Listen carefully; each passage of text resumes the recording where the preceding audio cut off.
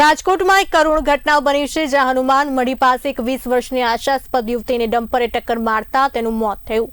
આ દુર્ઘટનાને પગલે હાથે હાથ જોડો અભિયાન હેઠળ કોંગ્રેસના કાર્યકર્તાઓએ પોલીસ કમિશનરને મળીને ઉગ્ર રજૂઆત કરી છે।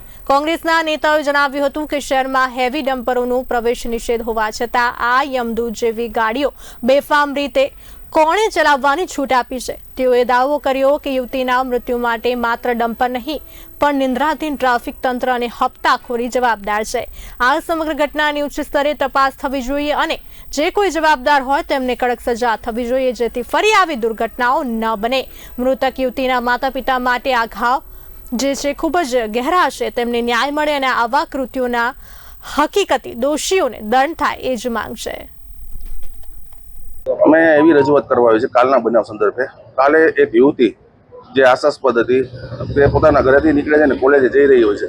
રસ્તામાં એક માતેલા સાંઢની જેમ એક ખટારાએ તેને કચડી નાખી છે અને તેનું મૃત્યુ નીપજ્યું।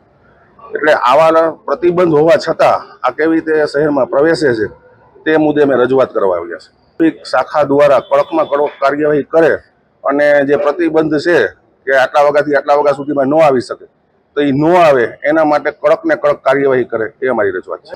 ડમ્પરો, ટ્રેક્ટરો અને ખટારા પ્રતિબંધ હોવા છતાં પણ ગમે સમયે આવે છે અને આવી દુર્ઘટનાનો લોકો ભોગ બને છે। પોલીસ તંત્ર દ્વારા કામગીરી નથી કરવામાં આવી, એના સંદર્ભે જ અમે આજે રજૂઆત કરવા આવ્યા છે।